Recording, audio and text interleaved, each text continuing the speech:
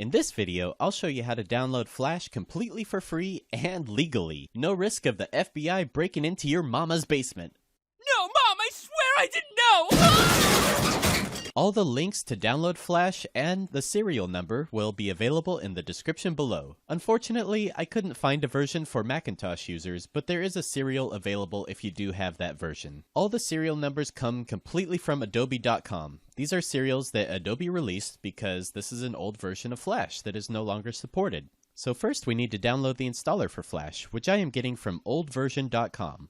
I have tested this link out myself and it works perfectly fine. No viruses or malware or anything like that. So we're going to start the download by clicking download now and just give it a minute and our download will pop up in a second. And we're going to save the file just right on the desktop. So click save, give it a minute to download. And then once that's done downloading, we're going to double click on the file to install it. And if you're new to Windows, it'll come up with this security warning dialog. This happens with every .exe file that you download and try to run. Windows likes to do this with everything you try to do. But we know this file is fine, so we're going to go ahead and click run. And then we're just going to follow the on-screen instructions to install it.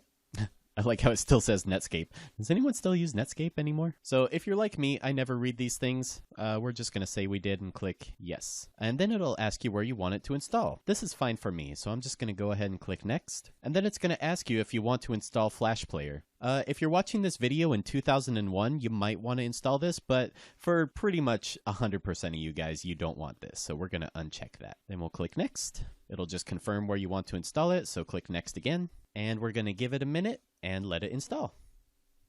So we don't need the README, so we'll uncheck that and click finish. And it'll open up the folder where